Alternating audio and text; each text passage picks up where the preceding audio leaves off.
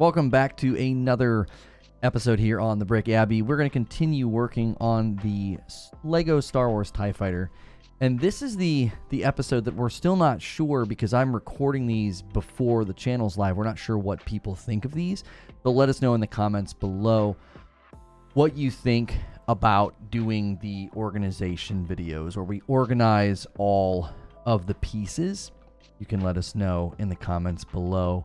If we continue doing them, we'll just sort of gauge that by what everybody says. And then the one trombone is the name of the person that sent this particular set. We'll have links as well to the wish list if you want to add sets to what we do here. We already did the TIE Fighter. So what I'm going to do is I like to organize them according to color. And just sort of coincidentally, that corner already has a lot of the black. We're going to be putting these big giant black pieces up here. And when I made this for my son, it was on the floor of our living room. And so I had a lot of pieces just kind of strewn about. And then he recently got one of the Marvel, it's like a Venom set, and you basically make Venom, but he's also kind of an action figure once you're done with him. So it's really cool set. I was encouraging him to get it over. He was looking at some of it's like the off-brand Legos, you know. And I was like, Dad, I don't get those. I said, I don't know if they're any good. And then, you know, what good are the pieces to us if they can't really work interchangeably with any of the stuff that we have. And I said, and plus, you know, once you're done with Venom, then you know you have basically an action figure. Oh, so we didn't get out the minifigs in this set. So this is actually, I showed this off in the unboxing. So we're gonna take the minifigs, and this time I'm gonna put them over here and kind of having them hanging out. There's the heads. I'll have them kind of hanging out with the instructions. We'll put those together at some point in time. I think we usually do those. I can't remember what we did with the X-Wing. Did we do them first? No one can tell me, obviously. I'm so accustomed to live streaming. It's kind of weird to not have like that immediate feedback, you know? Because somebody would be like, yes, you did. No, you didn't. Or maybe they'd be like me and they would just say, I don't remember. Because, you know, that's an easy thing to forget. Not a big deal, honestly, where the minifigs, where they end up in the entire scheme of the video. So, but yeah, he was pretty pleased with his choice. The Marvel, the Venom set, a lot of unique pieces in that set to make. You know, the face, the mouth, the tongue. I like those sets though; they're pretty cool. We might end up with a couple of those. Right now I have a huge backlog. Oh my gosh, you guys should see all the sets that I have backlogged. We have a Millennium Falcon. We have a couple of the Star Wars busts. Darth Vader, Boba Fett, Scout Trooper. And I almost got the Dark Trooper from Target. I got a Target gift card for my birthday. I was like, oh, the Dark Troopers. You know, I can't put those on the Amazon wish list. They're not on Amazon. But the Slave 1 set, it's sort of identical in size to the TIE Fighter and the X-Wing. The Slave 1 set was exactly the amount of money that I had on the gift card. So it just kind of felt like the right choice. It's like, well, we're doing some of the ships. We could kind of continue in that theme. So I did that. It'll be definitely cool to do all of the Star Wars busts. We still need to get Mando at this time. You're probably watching this recording, and what I'm saying might not be true. So again, if you're trying to send us sets from the wish list, just do that. It won't be there if somebody got it for us. And right now we need Mando, the Luke Skywalker one with the helmet, and then the Dark Trooper. So we will I think we'll do those after the ships. The ships are going to take us a while. And my kiddos for my birthday, oh my gosh. they got me a Yoda, and it's huge. It's one of the bigger sets. And that one's going to take a while. So we might do all the ships. We'll kind of end the ship run maybe with the Millennium Falcon, because that one, that's a big set. That one's going to take quite a while. And maybe after Millennium Falcon, we'll do all the busts. And then we'll do maybe Yoda. I'm not actually sure if I'm going to stick to this. I'm just kind of thinking out loud. As a reminder, the name of the channel, The Brick Abbey, inspired by the Redwall Abbey. I read the Redwall books to my kids, and I wanted the channel to be slightly inspired by them. I think they're going to end up joining me for episodes at some point in the future. I can't make any promises on a timeline there, but since they wouldn't be in the content, that kind of gets us into a safer environment, to let them kind of engage. And since it's not live, we don't have to worry about, we're always pretty diligent telling them, hey, come down the office, you can't use real names, and they would have a blast. They would really enjoy doing some of the sets with me. Oh, another minifig piece. Right now, I think my daughter would be more interested than my son. He he was like lounging on the couch reading a book when I made his Venom for him. It was, if I didn't like doing it so much, I might have been a little, annoyed, like, hey buddy, you gonna help? But I like doing it so much that it just doesn't bother me, Like, I will gladly do the whole set kind of by myself, and they love reading, and his big thing right now is he gets these graphic novels, and graphic novels are in kind of they're in a weird category, honestly, because some of them are obviously not for kids, and he can't tell the difference, really. And I guess they had a mix-up at the library, and they had, if you're familiar with the Telltale video games, The Wolf Among Us, they had a graphic novel of that, and he got it because he thought it just looked cool. Because it does. It's actually, good artwork. The boys got good taste. And so I was like, wait a minute. I saw it, and I thought, I just don't think so. He just turned 7. And it's just one of those things where scary imagery when you're that age, like if you don't have like a category for it, can be kind of traumatic and give them nightmares and make them fearful of things because they don't quite understand what they're looking at, whether it's violent imagery or whatnot. And so I said, buddy, I don't think this is age appropriate, right? And he's like, what? He's like, I already looked. He's like, he only chopped off somebody's head. And I thought, oh golly. I was like, let me take a look. And I looked through, and it was just, I don't know. It was just dark enough that I just wasn't comfortable, as a parent. You're like, I don't think so, buddy. And he took it well. And then tonight he was kind of asking again if he could look at it. And I was like, no. And then he was having a harder time tonight because he kind of exhausted his current book list. And because he did that, he was hoping that I would have a change of heart. And then I gave it one more perusal, pretty confident I wouldn't change my mind.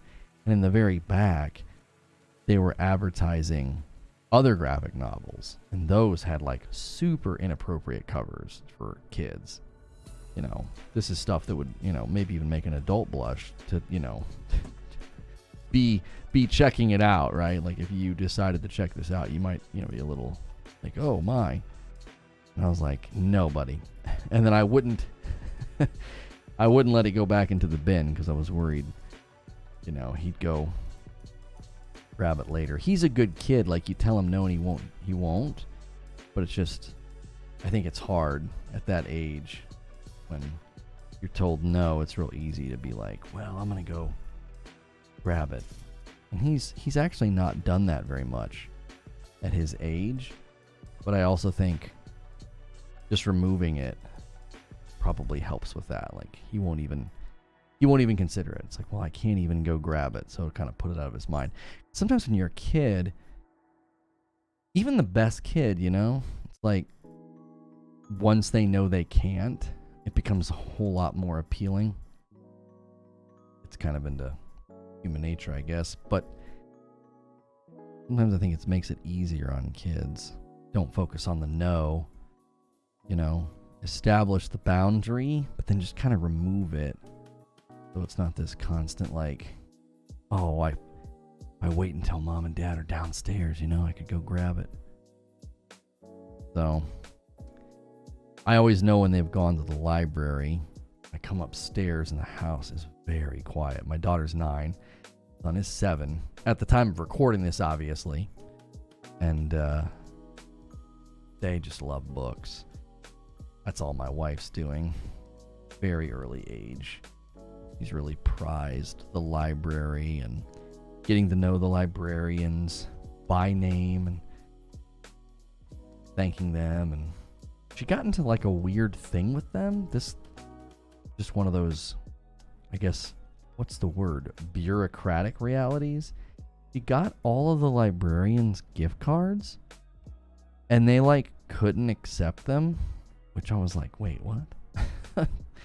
But I guess because they're considered government employees, they can't accept gifts over like a certain dollar amount or something. I don't know. It was just like a real sweet thing my wife did, like I think they were Target or Starbucks gift cards or something, and got them all, little bags, and the kids were super stoked. And there was somebody there that got like really hard nosed with her about it. I was like, I'm so sorry, we just can't, can't do it. And she made her, all of the ladies give them back. And then I guess somebody apologized like a couple days later. And it's like, if it's a rule, there's always those hard line rule followers. And I guess you need those people in the world, but also sometimes you have to say, what's the spirit of the rule here, right? Is a very appreciative little gift sack at Christmas in danger of being considered what are you going to bribe them for anyway? It's a library, right? I was just trying to think of, what's the worst thing that could happen? Like, what would you bribe the librarian for? They don't do late fees anymore. That's like not a thing, You probably don't know that if you're not frequenting libraries. A lot of libraries have done away with it. And if you're, you should get this app. If you're really, really big into libraries and you have a library card, get an app called Libby, Libby, Libby. And you can sync it with your card, your library card, and you can check out audiobooks and real books too. Like obviously the digital version. Oh my word, it's amazing. Kids are always listening to audiobooks. That's like one of their favorite forms of entertainment. They do video games once a week with me.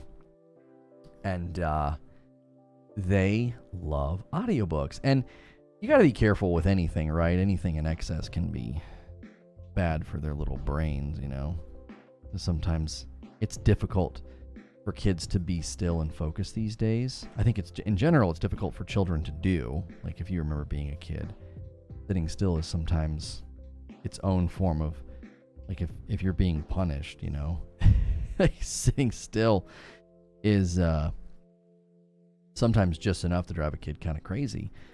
And I think, the abundance of entertainment's not helping our little kiddos out in this generation that's coming up, and we're trying to be careful with it, but they just love listening to those audiobooks. And the crazy thing about it is what it does to their vocabulary. My kids will use words that kids their age typically don't use, And I like that. I like seeing that the effect the books and the audiobooks have kind of had on them. And then there's the funny result of this. People familiar with my gaming content have maybe heard me tell this story before. There's a way in which English persons speak. They sort of accent the end of their sentences. So they won't say, are we going to go to the store? Because that's how I would say it. That's how my kiddos would say it. Are we going to go to the store? They would go up. Are we going to go to the store? They would go up. Like, are we going to go to the store? They would probably say shop, right? Are we going to pop off to the shop? Well, they go up. And so my daughter started doing that. She was like, are we going to go to the store? And I was like, what? Excuse me? And then I was assistant coach of her soccer team, and I was the guy that I was coaching with. We go to church together. He's an Irish guy, and he's got just beautiful families, sweetest kids. Some of his boys are just fascinated with this channel that I'm starting. They love Legos. The one boy is real sweet. He sent me an email of all of the sets that he think would be very popular and would be good to do, and they've requested to do an episode with me. So maybe you might hear two little Irish boys one day on the channel helping me build a set or two. And anyway, my daughter was fascinated with their accents, to the point that she started kind of impersonating them. And I was honestly kind of impressed. She was quite good at it. And I thought, so we didn't want to discourage it, because that level of, vocal imitation is definitely a talent that some people get very good at. If you've ever watched any of the, members of casts like SNL, Kristen Wiig would be one that I loved. I loved all of her characters. I thought Kristen Wiig and Kate McKinnon were two of the best cast members of that show. I think they're some of the funniest people. And you hear them sort of explain how they do accents. They kind of figure it out. And I just thought it was really cool. My daughter was kind of picking up on how to say certain words and phrases just from hanging out with these kiddos. And so we eventually had to be like, okay, you have to stop. Like, you can't walk around the house talking like that, because it can become irritating, right, when somebody's doing an accent. Now, I do accents when I do the Redwall books with them. Like, I do voices for the characters, and sometimes it's easy because the author will sort of phonetically help you. He kind of, the most obvious answer or example, I would say, would be with like the moles. He wouldn't, he doesn't spell I, he spells oi, O-I, boy, like boy, oi, oi, like he kind of spells it out phonetically. You can kind of figure what accent or what style of speech he's going for. That's helpful. And I enjoy it. The feather in my cap was when my kiddos were, I forget what they were listening to. I think it was a Redwall book. It might have been Redwall or Green Ember. I can't remember now. Which, if you're looking for great books to read to your kids, those are fantastic. And my daughter said, "Papa, they don't do the voices as good as you do." I was beaming with pride that day. That was high praise. That was high praise. She's got a keen ear, so I don't think she's just saying it to me because it's me. Because sometimes my kids will get a little critical. They'll say, "No, that's not the right voice," because we'll sort of get introduced to like a new character, and depending on if they're a bad character or a good character or old or young or whatever, my kids will have critiques. They'll say, "No, that's that voice isn't creepy enough," or they'll say that voice is too creepy, right?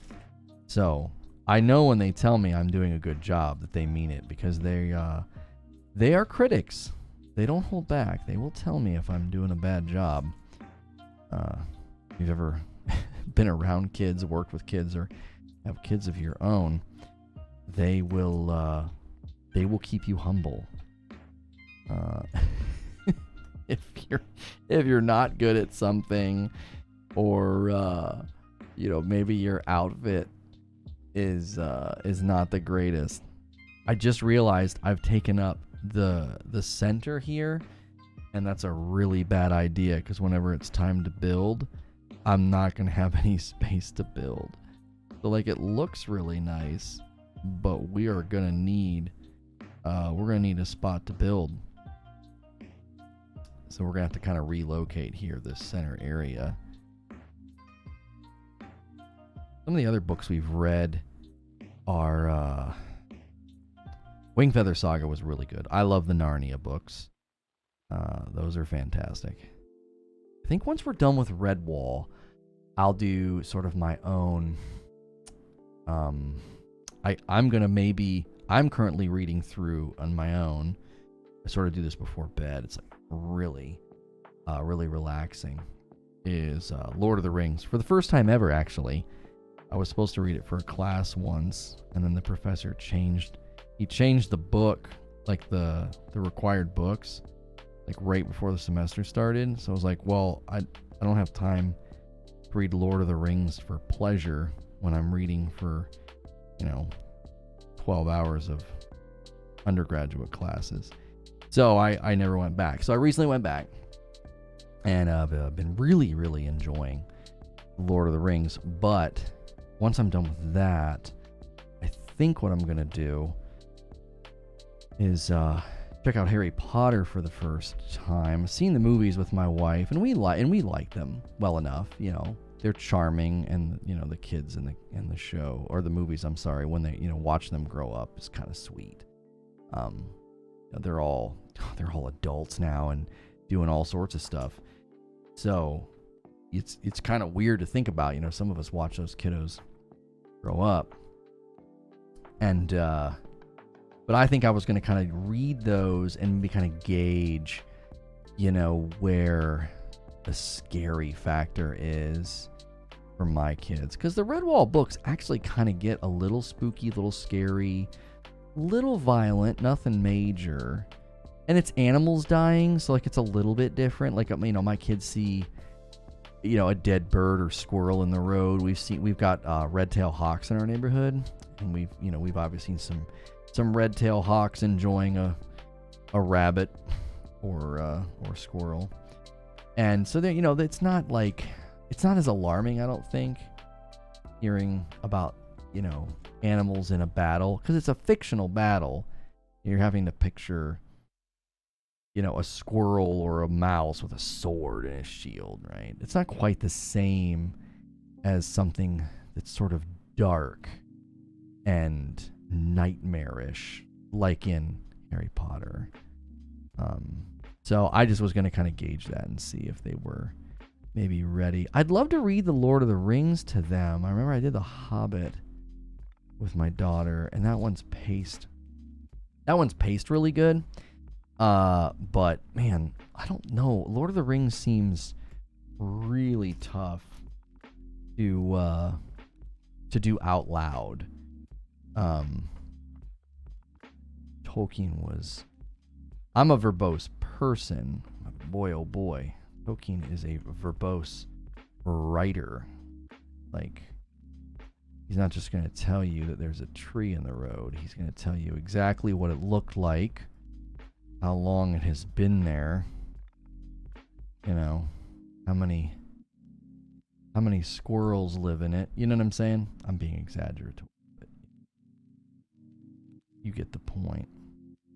So I don't know if that would be as good as a read aloud. I always want to go back to the Narnia books. Those are super easy retreads, but we did them so many times.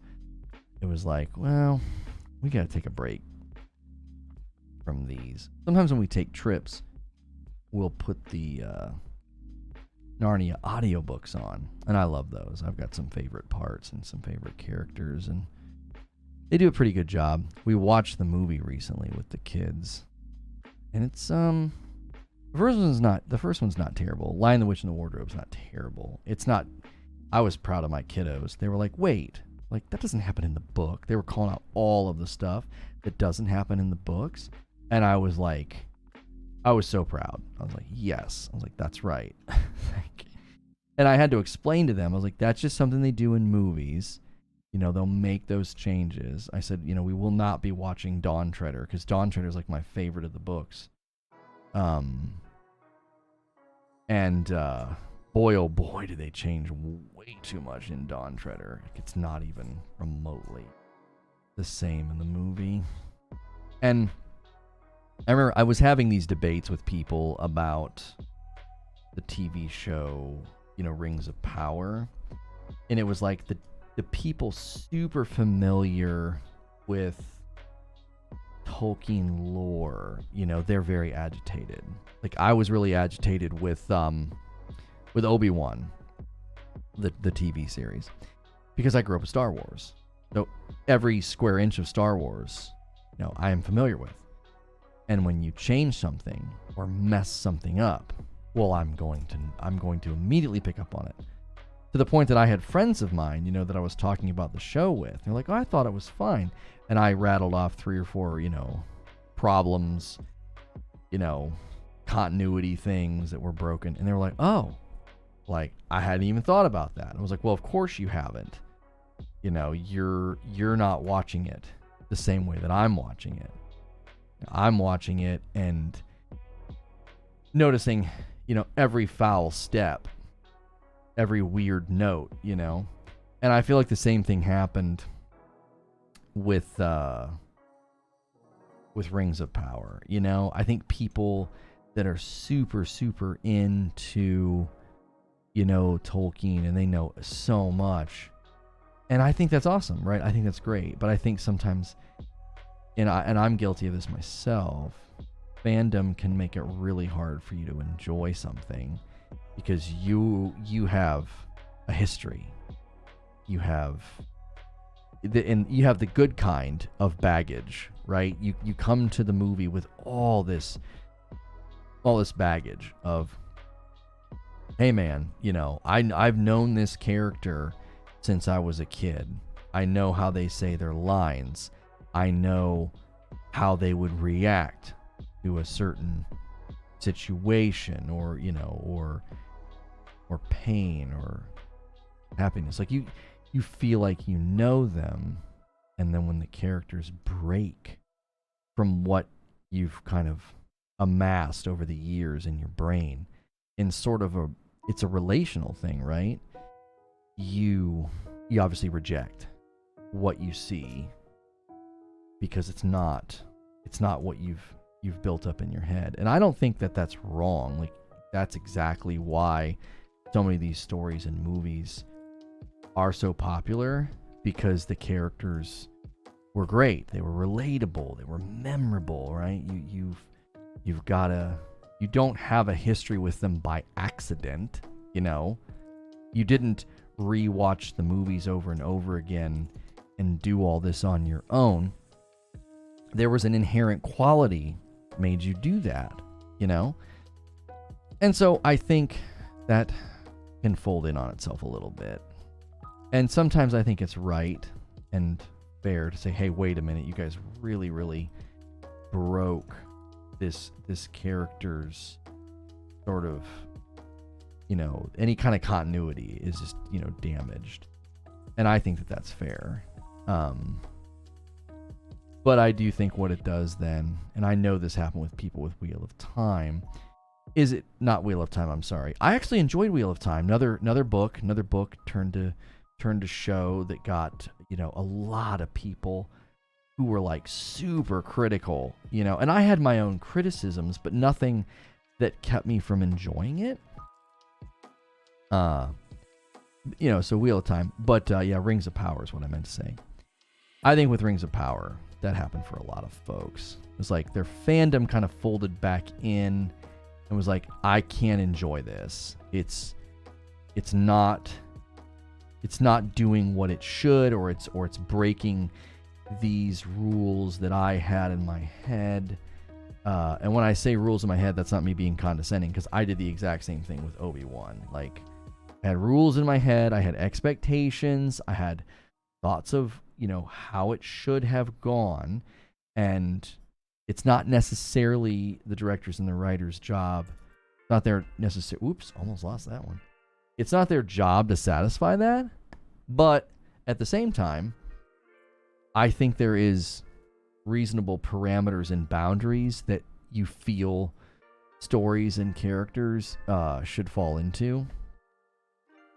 And when you step so far outside of that, I think fandom, criticism, and irritation is justifiable.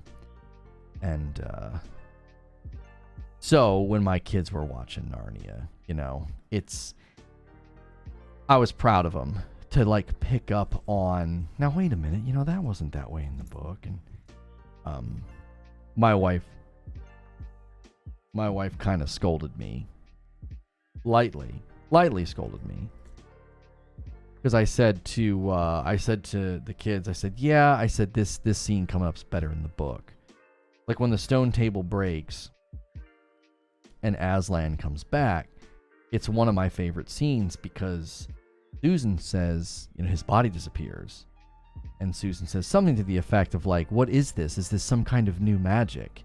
And Aslan is behind her and he says, yes. Like he says it in a way of like, yes, it is a new kind of magic. Like you're not really aware of what's happened just yet. You're about to find out, It's just a really, really cool moment, right? It's reminiscent obviously of the what it's an allegory to. And so it carries a lot of weight. It's powerful, and I feel like that's kind of robbed by the way they do it in the movie. They're just like standing there and he kind of like appears, he like walks through like an archway, and it's just not the same, right? And I said, yeah, it's better in the book. And my wife's like, well, we're not gonna plant that seed that that this movie's not any good. And I was like, well, no, the movie's good, but it's okay to say, hey, this particular scene was better in the book, And I already told them that we will not be watching Dawn Treader. I was like, and my daughter was like, well, why? I was like, they completely mess it up. And she's like, well, how? And I told her some of the things that they did. Like, Eustace is like flying around and goes with them. Like, that's not what that was supposed to be. Eustace turning into a dragon is not meant to be adventurous or exciting. It's supposed to be awful. It's supposed to be perilous. He's saved from it. It's not meant to be like a cool, oh, we got a dragon on our side kind of a thing. And it's a pivotal moment for Eustace. There once was a boy named Eustace Scrubb, and he almost deserved it. Good opening line. But I just that kind of, I think, really hurts Dawn Treader. And Dawn Treader, I think, is the best.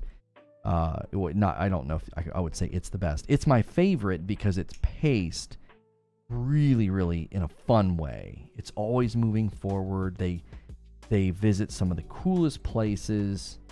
You've got Deathwater, you've got the Dufflepuds, you've got just such a vibrant cast of things that take place. And Reepicheep's my favorite, so for a lot of reasons. And I love what happens in that one. So it's paced really well. It's kind of fast. It's fun. There's really good moments with Caspian, and I don't know. It's Caspian and Edmund. They get into a bit of an argument. I like that. The heartbreak that Caspian experiences because he can't continue on with them. Very good. Very well written. I actually choose to read those books in particular in the chronological order. I think that's the right way. I think that's the right way. So you start with The Magician's Nephew, because that's the book that establishes where the wardrobe comes from that is in The Lion, the Witch, and the Wardrobe.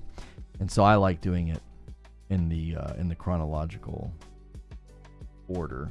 I think that's the right way to do it, personally. I know people disagree, but funny enough, the last battle, I think it might be my least favorite of the bunch, even though it's like the culmination, and it gets great at the end. I just think it takes a long time to get where I really enjoy it.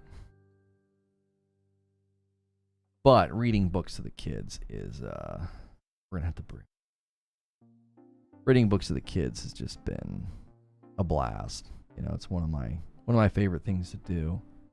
I forget the name of what we're reading now. It's something that they have to read for school, or it needs to be read to them for school. I'm sorry. It's The Princess and the Goblin King, I think, or something like that.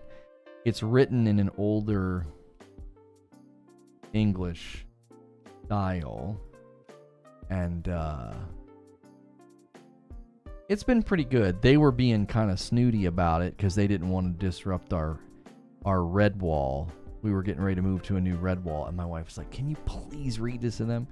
Like, I've tried so many times, and it's just so awkwardly written. She's like, "We just have had such a hard time with it." She's like, "Can you just do it in the evening so it's getting done?" I said, "Yeah, that's fine. I'll do it." And at first, you know, my kiddos were being, they were being a little, you know, "No, we don't want to read this. We want to do Redwall." And I was like, "Well, we will do this, and then we'll go back to Redwall."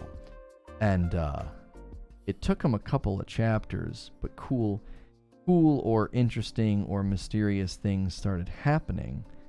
And then now I'll finish a chapter, and they'll be like, "Oh, do one more." You know, they're in. You know, they get to that invested hook, which it's easy for them to be invested in Redwall because, well, they're familiar with the world. They're familiar with, you know, the Redwall Abbey, which again, that's where the channel name comes from, the Brick Abbey.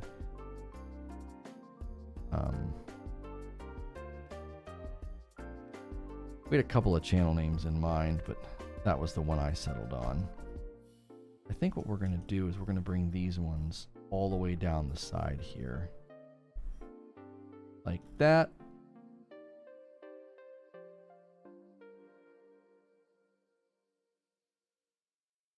Let me know in the comments. I feel like my chair was squeaking and it might have picked some of that up. That's kind of I'm using a folding chair because it's just a little bit more doesn't take up as much space as my as the chair I use during like my gaming streams and stuff. So, well, there we go. That was fun. And I talked a lot. I really talked a lot. This ended up being a long video. I hope you guys enjoyed it. I hope you enjoyed the conversation that I had with myself, and you got to listen along as I organize these pieces. And we will, we'll do the next part, and I'll record it, and we'll put things together. This one I think will move a little bit quicker than the X-Wing. I think the X-Wing was a little bit more complicated. So we'll pick it up next time with the LEGO Star Wars TIE Fighter. You've been watching the Brick Abbey. Make sure and hit all the buttons and things before you leave, and we'll see you in the next video.